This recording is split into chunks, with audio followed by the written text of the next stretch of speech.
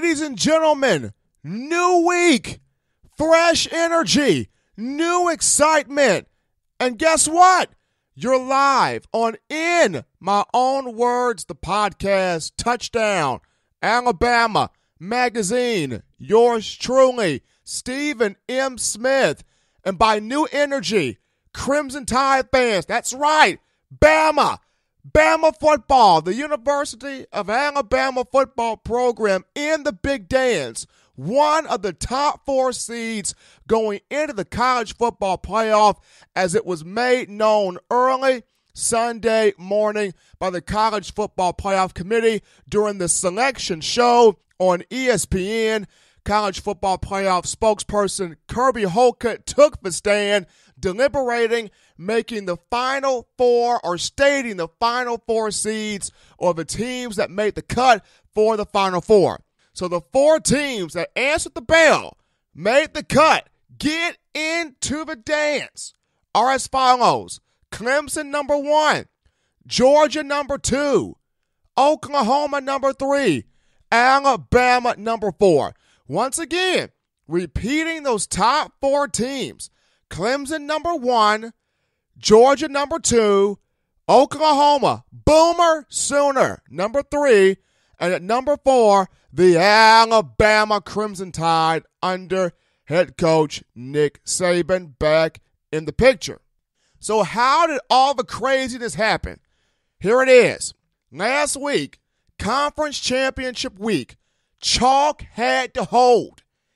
For Alabama to not have a chance to go to the playoff, chalk had to hold. And by chalk, I mean with the exception of the ACC title game and the Southeastern Conference championship game, because both of those two were locks regardless, according to the committee. The Atlantic Coast Conference title game and the Southeastern Conference championship game were both locks. So where the chalk comes in was the Big 12 title game and the Big 10 title game. If Oklahoma does its work, handles TCU, Oklahoma's in. If Wisconsin takes care of Ohio State, the Badgers are in. Chalk had to hold if Alabama was to be left out of the college football playoff. Oklahoma did its job. It waxed TCU 41-17 at AT&T Stadium. Waxed TCU. As far as the Big Ten is concerned, Ohio State. What? The Badgers kept it a close game. The Buckeyes won 27-21, but the Badgers, Alex Hornibrook, Jonathan Taylor, Danny Davis, Paul Chris, and the Badgers keep it close. Keep it a one-score game. Ohio State squeaks by Wisconsin 27-21, and with the Buckeyes not laying the hammer to the Badgers, not getting a definitive win, and also losing by 31 to the Iowa Hawkeyes earlier in the season by a score of 55-24 in a game in which the Buckeyes were favored by 3 touchdowns, the committee chose to go with Alabama over the Ohio State Buckeyes, also given the fact that the Big Ten has compromised the college football playoffs bottom dollar the last 2 years, getting shut out 69-0 in the last 2 semifinal games, but that's besides the point. Buckeyes did not lay the hammer down to Wisconsin. Wisconsin out, Ohio State out, Alabama in. So now, when you look at these scenarios, your top 4 teams, Clemson, Georgia, Oklahoma, Alabama, this is interesting. This is going to be a college football playoff that's pure money when you talk about these matchups, because all 4 of these teams, ladies and gentlemen, are good. If you look at this right now, all 4 of these teams can score the football. Clemson, averaging 35.4 points per game. Georgia, averaging 35 points per game. Oklahoma, powerhouse in the 4 where offense is concerned, putting up 45 points per game. And Alabama putting up 39.1, almost 40 points per game. Offensively, all four of these teams can score the football. Defensively, some strong defenses. Clemson giving up 12.8 points a game. Georgia giving up 13.2 points a game. Alabama giving up 11.5 points per game, the lowest of those three. Oklahoma giving up 25 points per game, the highest of the four. So Oklahoma's defense gives up a little bit more, but their offense under Lincoln Riley, quarterback Baker Mayfield, Heisman frontrunner, by far at this point probably the Heisman Trophy winner, they can put up some points, putting in 45 points per contest. But to start this thing off with Clemson and how strong this team is, Dabo Swinney, whether you like him, whether you can't stand his antics, this man is starting to find ways to retool, reload, refuel, basically recruit. You lose Deshaun Watson, you bounce back with Kelly Bryant, who's having a pretty good season. He's completing 67.4% of his throws for 2,678 passing yards with 13 touchdowns to 6 interceptions. Let's go over that one more time. Kelly Bryant, he's not Deshaun Watson, but having a pretty good season. Completing 67.4% of passes for 2,678 yards, 13 touchdowns, 6 picks on the season. The Tigers going with a stable of running backs when you talk Travis Etienne, Tavian Feaster, and Adam Choice. Once again, Travis Etienne, Tavian Feaster, and Adam Choice. The three combined 26 rushing touchdowns, and Etienne, the leader of the group, 103 carries for 744 rushing yards, 13 touchdowns. Once again, Travis Etienne, the leader of the group, 103 carries, 744 yards rushing, and 13 scores. At wide receiver, you lose Jordan Leggett at tight end, Mike Williams as a wideout, but you bring back Deion Kane, Ray McLeod, and Hunter Renfrow, and you keep moving. It's Clemson football for you. Deion Kane, 32 catches, 659 yards, and 6 touchdowns. Hunter Renfrow, I promise you, I think this man has been at Clemson for over 1,000 years. But Hunter Renfrow, 55 catches, 571 yards, 3 touchdowns. Mr. Dependable Hands, Mr. Route Runner, Mr. Consistency, Hunter Renfrow. Once again, Deion Kane, 52 catches, 659 yards, 6 touchdowns. He's the guy that stretches the field. Hunter Renfrow, Mr. Possession Receiver, kind of reminds you of a Julian Edelman, Danny Amendola for the New England Patriots, also a Wes Welker in his heyday. But Hunter Renfrow, 55 catches, 571 yards, 3 touchdowns. We flip this over to Clemson's defense, and they got a front four that's nasty and a front four that Alabama has to keep in mind and watch out for and get ready for and be able to neutralize, seeing how Clemson will have to play Alabama on January 1st at Mercedes-Benz Superdome in New Orleans, Louisiana. The front four for Clemson, you got Clelin Ferrell, Dorian O'Donnell, Austin Bryan, and Kristen Wilkins. Clelin Ferrell, Dorian O'Daniel, Christian Wilkins, and Austin Bryan.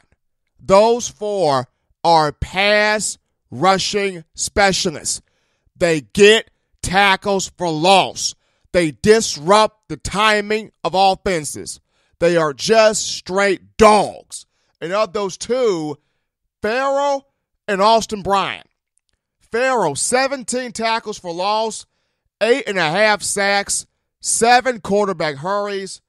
Austin Bryan, 14.5 tackles for loss, 7.5 sacks, 8 quarterback hurries. Once again, Cline Farrell, 17 tackles for loss. He a dog now. 8.5 sacks, 7 quarterback hurries. Austin Bryant, 14.5 tackles for loss, 7.5 sacks, 8 quarterback hurries.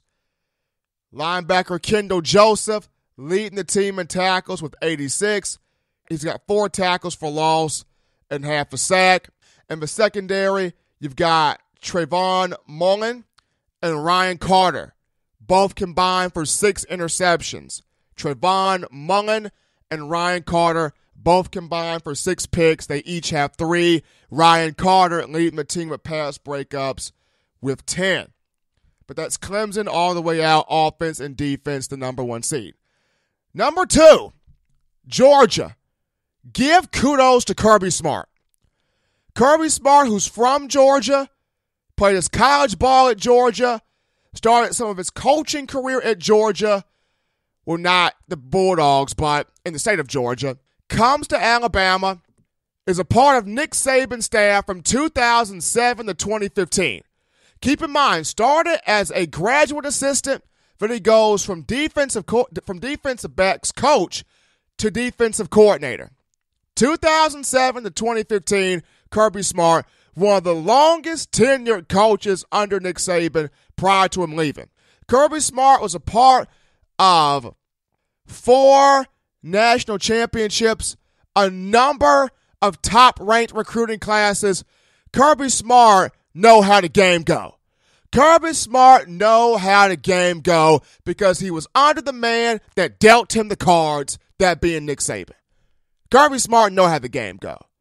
And right now in his second year at Georgia as the head man, got this team to a Southeastern Conference championship game, get a 28-7 win over Auburn. Kirby Smart, Mel Tucker, Jim Chaney, they getting it done over there for the Bulldogs. But for Georgia, starts with Jake Fromm. Jake Fromm, the freshman, and right now, with the way Jake Fromm is playing, and with Georgia more than likely getting one of the top quarterback prospects coming in for next season in Justin Fields, if I'm Jacob Eason, I'm 2-stepping out the door. There's not going to be enough room for Jacob Eason. I'm just sorry. There is not going to be enough room for that kid. Don't be surprised if he ends up going to Miami because he was recruited by Mark Richt, or if he ends up going back to the West Coast, the Pacific Northwest, and the Washington Huskies or the Washington State Cougars. But Jacob Eason is not going to be at Georgia for much longer, especially seeing how Jake Fromm is playing. Fromm completing 63% of his passes, 2,173 yards, 21 touchdowns to only 5 picks. Very efficient. The run game for Georgia got a 3-headed monster. Nick Chubb, Sony Michel, DeAndre Swift. Of the 3, Nick Chubb, 1,175 yards on the ground. He's got 13 touchdowns. Nick Chubb, 1,175 rushing yards. He and Sony Michel combined have 26 rushing touchdowns. They both each have 13. DeAndre Swift, 597 yards rushing. The freshman is no slouch. In the wide receiver game, Georgia looking at Javon Wims and Terry Godwin.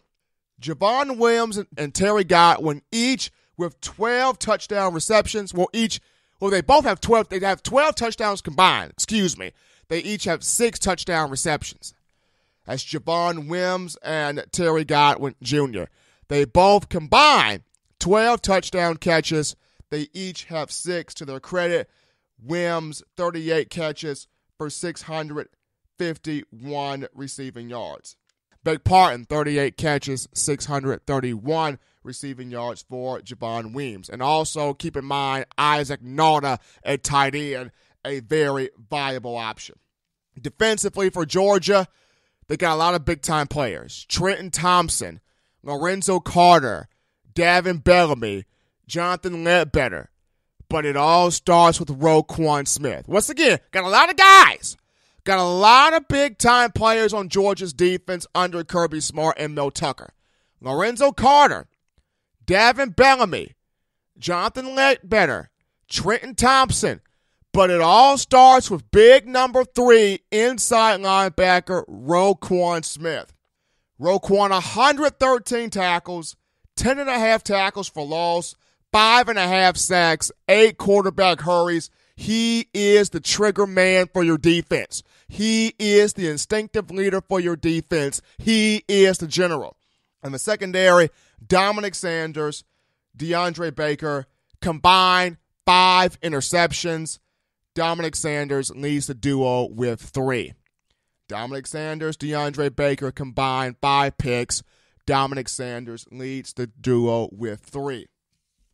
Flipping this over to the number 3 team, the Oklahoma Sooners, under Lincoln Riley. I know it's weird, Sooner fans. Since 1998, Bob Stoops has always walked that sideline with that Oklahoma visor on. He's no longer there. But Lincoln Riley, up for the task, can answer the bell. Last year was the Broyles Award winner, which goes to college football's top assistant. And he earned that, helping the likes of Baker Mayfield and wide receiver D.D. Westbrook both go to New York for the Heisman presentation. Even though neither of the two got the Heisman, it was Lamar Jackson, Baker Mayfield, D.D. Westbrook were both there. Speaking of Baker Mayfield, regardless of what you think of this guy as a person, this is one heck of a quarterback and one dynamic athlete. Baker Mayfield completing 71% of his throws, 4,340 yards, 41 touchdowns to 5 picks. He is having one heck of a year. In the run game for the Sooners, we have Rodney Anderson and Trey Sermon. Rodney Anderson, 960 rushing yards, 11 touchdowns. He's more of your in-between-the-tackles power runner. Rodney Anderson has speed, but he's more of your in-between-the-tackles power guy.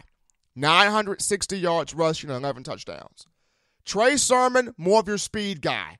710 yards on the ground, 5 scores on 119 carries.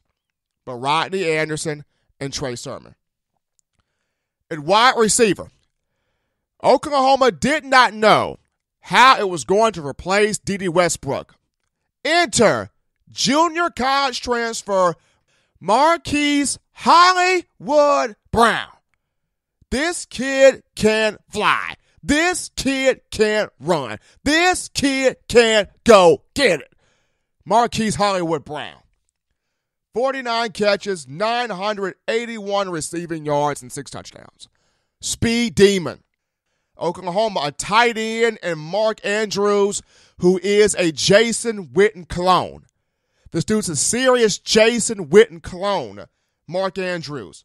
58 catches, 906 yards, 8 touchdowns, big-time target in the red zone.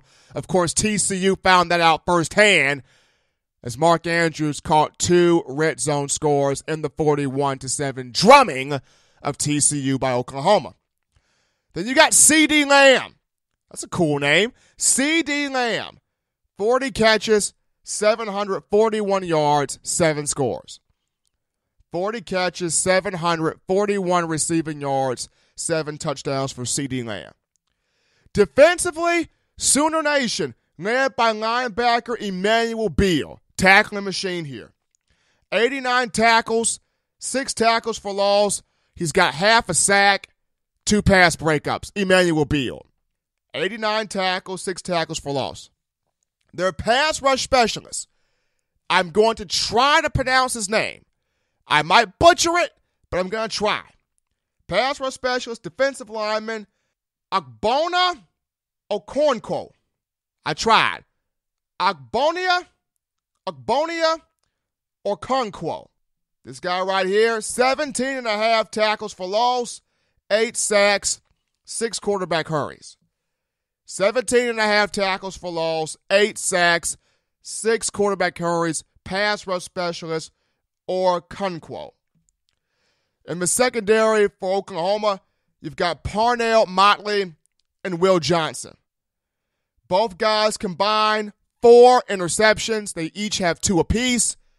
Motley, the leader in pass breakups with 9.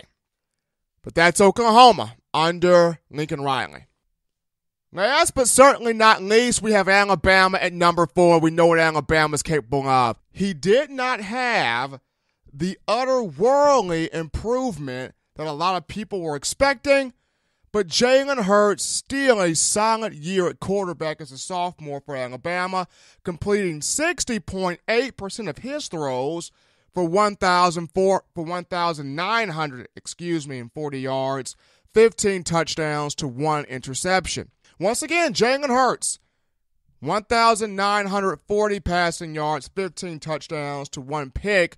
But the question will be, in the college football playoff for Alabama, how often or will they go to having a 2-quarterback system where using Tua Tagovailoa, 5-star freshman from Hawaii, becomes available? How much of Tua will be used in the cards for Alabama and trying to create the biggest competitive edge possible?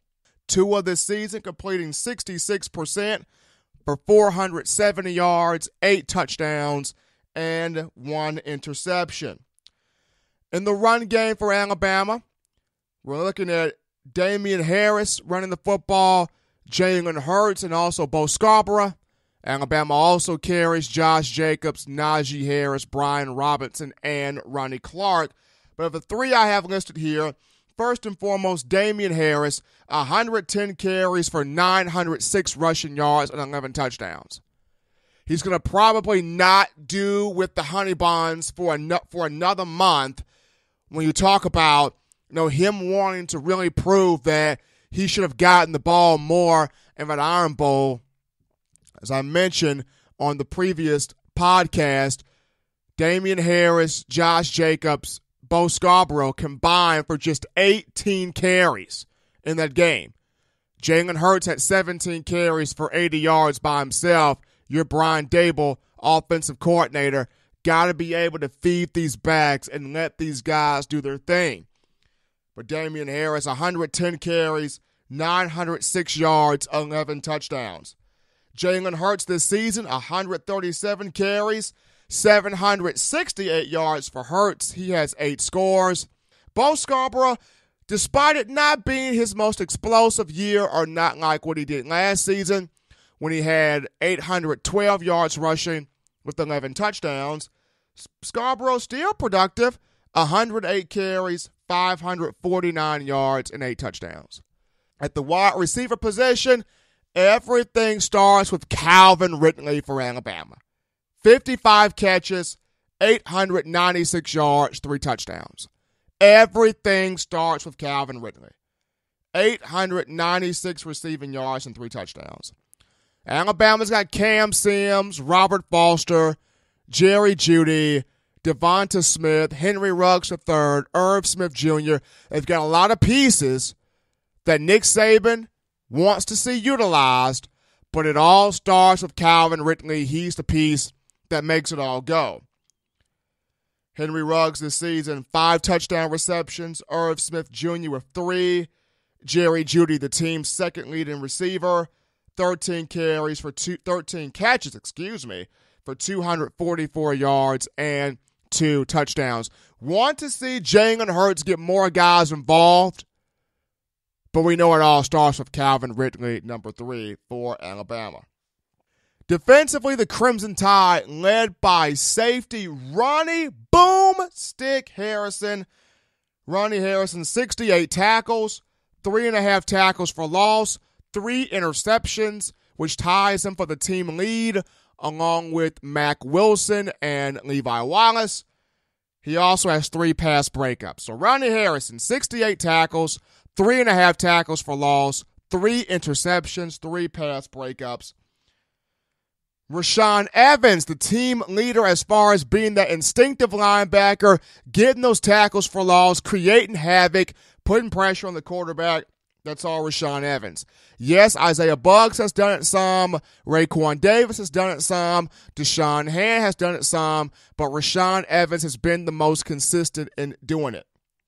Evans, 57 tackles, 10.5 tackles for loss, 5 sacks, 7 quarterback hurries. Let's repeat those numbers again. 57 tackles, 10.5 tackles for loss, 5 sacks, 7 quarterback hurries for Rashaan Evans. And then, last but not least, we have our defensive backs, Minkah Fitzpatrick and Levi Wallace. Minkah Fitzpatrick, who does everything for Alabama. He plays safety. He plays corner. He plays slot corner and nickel. He plays the dime back, the dime linebacker, the dime package. He can be on special teams from time to time. Minkah does everything on this team but sell hot dogs and beer. Minkah Fitzpatrick, 7 pass breakups on the season, does have an interception. Levi Wallace leading the team, 12 pass breakups. He also has 3 picks, once again joining him with Mack Wilson and Ronnie Harrison. Crimson Tide looking to get a bunch of players back healthy from the injuries that it had to endure. According to Nick Saban, the likes of Terrell Lewis, Christian Miller, Mack Wilson, and LeBron Ray will all be healthy and expected to play in the college football playoff. Once again, according to Nick Saban, the likes of Mack Wilson, Terrell Lewis, Christian Miller, and LeBron Ray are all scheduled to be back and healthy, as opposed to Sean Dion Hamilton and Hootie Jones, who will not play in the college football playoff.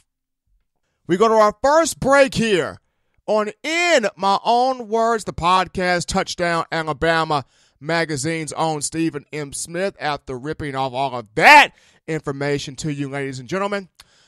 On the other side of the break, we dive into some of the matchups. We kind of give a small preview to some of the bowl season matchups that the SEC will undertake this season. Can the Southeastern Conference get it done? We'll check it out on the other side of the break. You're listening to In My Own Words. Once again, Touchdown Alabama magazine, and brought to you by the guys at Bama Sports Radio. We'll be right back.